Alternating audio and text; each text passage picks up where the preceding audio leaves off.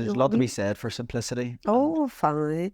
And again, as you said, the expectation. And I think that's why, you know, if you had to ask me, well, why do I believe the youth of today struggle so much?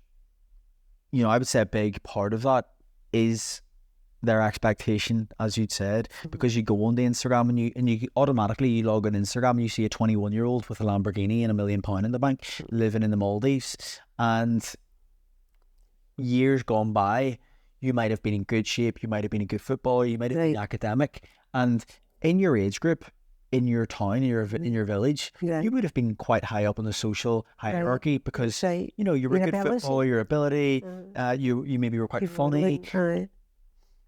So you probably had quite a lot of confidence in yourself. Whereas today, in today's day and age, you might have all of those attributes, but as soon as you go onto Instagram, you're seeing someone who's your age, absolutely jacked with muscle, driving about a Porsche in Dubai, running their own business, and you might think, oh, well, how has he done that?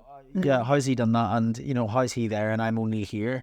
And automatically you think you've achieved nothing. Yeah, you went from being up here in the social hierarchy to down here. And of course, we only want to compare to ourselves, but as humans, I think it's natural to compare to other people. And the way I look at it, that's all material. Absolutely. Material, and that's what you're looking at. But the youth, they've gained materially. It's no big deal. I think it's wonderful if somebody have a Porsche or have that. Because I feel, thank God I'm in the position, not a position, I've got the nature to be happy for the person that's in that position, rather than be negative about it and say, why have I not got that? So that you're better just rejoicing with them that I've got that. And if you want to achieve that, you just still keep working as hard as you're working and you will achieve it. And what advice would you give to someone that struggles with that, that struggles with comparing themselves to other people? Because I know that's shifted for me in the past couple of years, and I see it as inspiration now. I see it as something like, oh my gosh, that's incredible, I can do that too.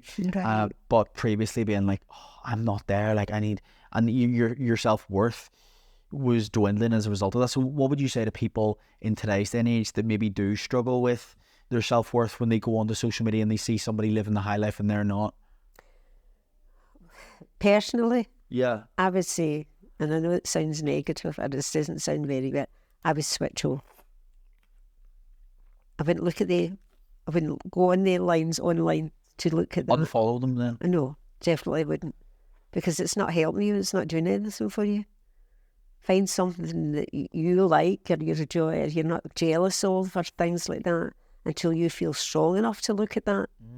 But I would say, no, enough's enough. Good luck to them. End of story. I think that's great advice, that if you're not in that position where you can take inspiration, take a break from it until a time where you can. Your own time, your own achievements will come. And you'll feel fine. Yeah, absolutely. And what advice would you give to young people, full stop, of today's day and age? Like, say, for example, say you were broadcasted on TV, on Sky News tomorrow, and you had to give one message out to the youth of today, knowing what you know about life and what you've gone through and the experiences that you've had, what would Kitty Thompson say to the youth of today? I would say not to give up and to believe that things will get better, because they will get better.